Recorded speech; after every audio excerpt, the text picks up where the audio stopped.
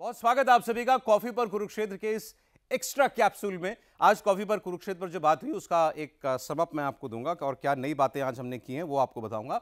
देखिए पहले तो एक रिकैप, क्योंकि बिहार के एग्जिट पोल पर आज हमारा कॉफी पर कुरुक्षेत्र का एपिसोड था। तो कल एग्जिट पोल हो चुका, हमने किया था मेट्राइज एजेंसी के साथ, तो वो डेटा हम आपको कल दिखा चुके हैं। और एक पोल ऑफ पोल्स मतलब जितनी और एजेंसियों ने एग्जिट पोल किया उस सब का एक समअप, औसत एवरेज जो है वो क्या बता रहा है, तो वो मैं आपको एक रिकैप दे देता हूं। हमने किया मेट्राइज के साथ, मेट्राइज कह रहा है 48% वोट शेयर के साथ एनडीए लीड में है और सरकार बनाएगा। महागठबंधन को 37% वोट शेयर मतलब 11% की लीड वोट में एनडीए को, और सीटों में एनडीए 147 से 167 और महागठबंधन 70 से 90 मतलब 70 सीट का गैप बता रहे हैं होना चाहिए दोनों में। ये मेट्राइज का जो हमने आपको कल दिखाया इंडिया टीवी पर।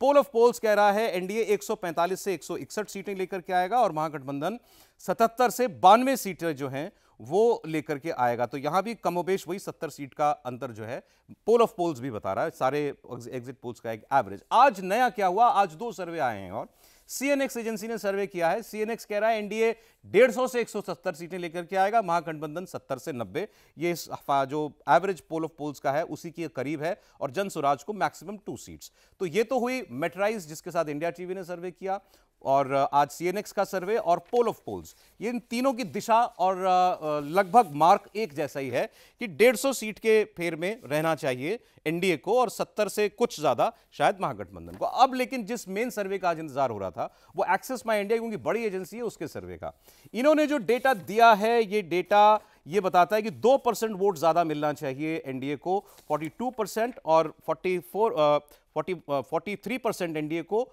और 41% जो वोट है वो आना चाहिए महागठबंधन को। लेकिन इसके बाद जो ये पार्टी वाइज जो डेटा दे रहे हैं उसमें कुछ बात करने के लिए नई बात है।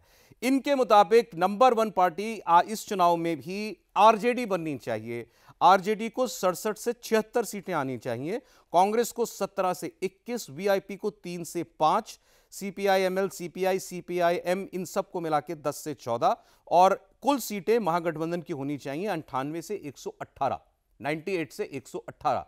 पिछली बार जो थी सीटों की संख्या जो थी वो 110 थी महागठबंधन की, इस बार ये कह रहे हैं 98 से 118 सीटें। ठीक, एनडीए के लिए ये कह रहे हैं 2% वोट कम एनडीए से, एनडीए के लिए कह रहे हैं 2% वोट ज्यादा, और सीटें बता रहे हैं 121 से 141। पिछली बार आई थी एनडीए की सीटें 125। तो इन्होंने, इनका जो सर्वे कह रहा है कि, और वोट था दोनों का एग्जैक्टली सेम 37%। तो इनका कहना यह है कि वोट तो एनडीए ने बढ़ा लिया 2% ज्यादा महागठबंधन से, लेकिन सीटों में वैसा इजाफा नहीं देखने को मिल रहा। भाई सेम वोट पर 15 सीट का अंतर था दोनों में, इस बार ये कह रहे हैं 2% ज्यादा वोट मिलेगा, लेकिन सीटों के अंदर अगर आप बात करेंगे तो यह महागठबंधन को तो ऑलमोस्ट वहीं जहां पिछली बार था 110 के आसपास बता रहे हैं, और एनडीए का अगर आप एवरेज आउट करेंगे तो 130 होता है, पिछली बार के 125 से सिर्फ 5 ज्यादा। और इसके अलावा अगर आप इनके पार्टी वास जाएं तो इनके हिसाब से जेडीयू को ज्यादा सीटें मिलनी चाहिए बीजेपी से, जेडीयू को 56 से 62 और एनडीए को 50 से 56। एक ये है बात करने लायक बात। एलजेपी रामविलास पार्टी जो है वो 11 से 16, चिराग पासवान की पार्टी 11 से 16 मतलब 12-13 सीट, अगर इसका बीच का मीडियन आप निकालेंगे 29 सीट लड़के, और एक सीट तो उनकी खराबी हो गई थी, नॉमिनेशन खराब हो गया था, तो वो 28 सीट लड़ रहे हैं, तो नॉट बैड। हम पार्टी को 2 से 3, आरएलएम उपेंद्र कुशवाहा की पार्टी को 2 से 4, तो ये भी ठीक ही है इनके हिसाब से। कांग्रेस सरप्राइजिंगली ये कहना है कि अच्छा करेगी, पिछली बार के जितना ही सीट उनकी आनी चाहिए 19 सीट के आसपास, और इस बार वो 10 सीट लेकिन कम लड़ रही है, तो उसका स्ट्राइक रेट बढ़ रहा है। सो एक मिक्स स्टोरी एक्सेस माई इंडिया का सर्वे बता रहा है। और हमारे कॉफी पर कुरुक्षेत्र में ये भी बात हो रही थी, एक्सपर्ट्स ये कह रहे थे कि अगर ये केवल 2% का वोट का अंतर और सीटों के अंदर लगभग वही 15-20 सीटों का अंतर बता रहे हैं, तो सर्वे में तो मार्जिन ऑफ एरर भी होता है ना, वो मार्जिन ऑफ एरर तो इसके इस डेटा के ओवर एंड अबव काम करता है। तो फिर तो ये इतना क्लोज मामला है कि ये कहीं भी जा सकता है, कि मतलब कल को 125 सीट महागठबंधन की 14 तारीख को दिख जाए और 110 सीट जो है वो रह जाए एनडीए की, तो इसमें भी आश्चर्य नहीं होना चाहिए अगर एक्सेस माई इंडिया का वोट का डेटा अगर हम मान लें तो ये एक कहानी ऐसी है। तो इन्होंने थोड़ा सा बीच में छोड़ दिया कहानी को। एक एक्सपर्ट ये भी कह रहे थे कि कई बार पोलस्टर्स जो होते हैं उनको दिख तो रहा होता है कि ये एक लंबा गैप बनेगा 2 पार्टियों या 2 गठबंधनों के बीच में, लेकिन वो रिस्क नहीं लेना चाहते। और कई बार उस चक्कर में थोड़ा क्लोज दिखाने के लिए किसी को आगे तो दिखा दो, लेकिन क्लोज रखो कि हमारे पास दोनों तरफ की कहानी बताने का स्कोप रहे। तो ये वो कहानी तो नहीं है एक्सेस ऑफ इंडिया की, ऐसा शक एक एक्सपर्ट जाहिर कर रहे हैं, जैसे मैं ये नहीं कहता, लेकिन इनका ये कह तो ये भी रहे हैं कि एनडीए की सरकार बनेगी, लेकिन उतने मार्जिन से नहीं जितना बाकी एग्जिट पोल्स कह रहे हैं। अच्छा, इसमें जो दूसरी चीज है जो थोड़ा सा सरप्राइजिंग है इन्हीं के डेटा की, जब ये जातियों के डेटा की बात करते हैं तो ये बताते हैं कि ऑलमोस्ट हर कास्ट ग्रुप में, ऑलमोस्ट हर कास्ट ग्रुप में एक बहुत बड़ी लीड एनडीए के पास है। भाई एनडीए जो महागठबंधन का जो सोशल वोट है, सोशल ग्रुप जो उसको वोट करता है, उसमें दो ही तो ग्रुप ऐसे हैं जो कि सबसे ज्यादा उसके साथ रहते हैं, मुसलमान और यादव। वो इस बार उतने ही कंसोलिडेटेड हैं जितने पिछली बार थे। यादव 90% तक वोट जो है उन्होंने महागठबंधन को दिया है और मुसलमानों ने लगभग 78-80% तक। ऐसा ही पिछली बार था, तो उसमें तो कुछ बदलाव नहीं हुआ।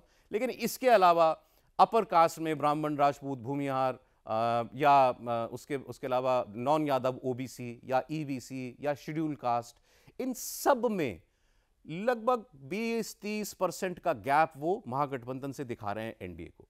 तो जब बाकी सारे सोशल ग्रुप में इतनी बढ़त है, तो फिर ऐसा हमारे साथ जो एक्सपर्ट्स थे उनका कहना था कि ये कोई एरिथमेटिक नहीं हो सकता कि 1+1 2 ही होगा, चुनाव केमिस्ट्री का होता है। तो अगर केवल 2 सामाजिक वर्ग अगर इंटैक्ट है महागठबंधन के पास और बाकी सारे आप उधर दिखा रहे हैं, तो फिर ये 15-20 सीट का अंतर सिर्फ मात्र नहीं रहेगा चुनावों में, ये अंतर ज्यादा होना चाहिए। ये उनका एक लॉजिकल कंक्लूजन था।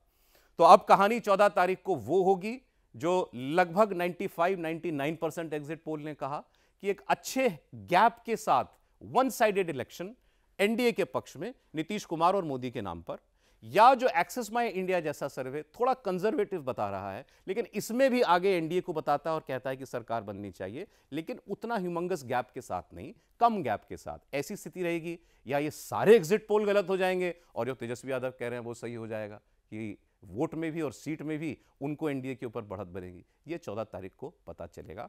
लेकिन मेरा अपना अनुभव ये कहता है, एग्जिट पोल्स तो गलत हर बार हुए हैं, मतलब हर बार कोई ना कोई एग्जिट पोल तो गलत होता ही है। कभी कभी ऐसा भी हुआ है कि बहुत सारे एग्जिट पोल गलत हो जाते हैं एक साथ। लेकिन एग्जिट पोल भी गलत हो जाएं, एक आम भावना जो ग्राउंड पर जाकर के मिलती है वो भी गलत हो जाए, आप जितने रिपोर्टर्स से, ग्राउंड पर गए लोगों से, एक्सपर्ट से बात कर रहे हैं, वो 99% जो बात कह रहे हैं वो भी गलत साबित हो जाए, ऐसा मेरे अनुभव में तो बहुत कम हुआ है, वेरी वेरी रेयर। हरियाणा शायद का अपवाद था। अब अगर बिहार हरियाणा की तर्ज पर जा रहा है तो हम कुछ नहीं कह सकते, आपके सामने 14 तारीख को यही कहेंगे कि हम गलत हुए। लेकिन अगर ऐसा नहीं है, एक भी ऐसी कोई इशारा जो है या एक भी ऐसा हिंट कहीं से नहीं मिल रहा कि 14 तारीख को एनडीए की सरकार बनेगी, नीतीश कुमार मुख्यमंत्री बने या न बने, एनडीए का ही मुख्यमंत्री अगले 5 साल होगा। ये कहानी अभी तक इतना ही बता रही है।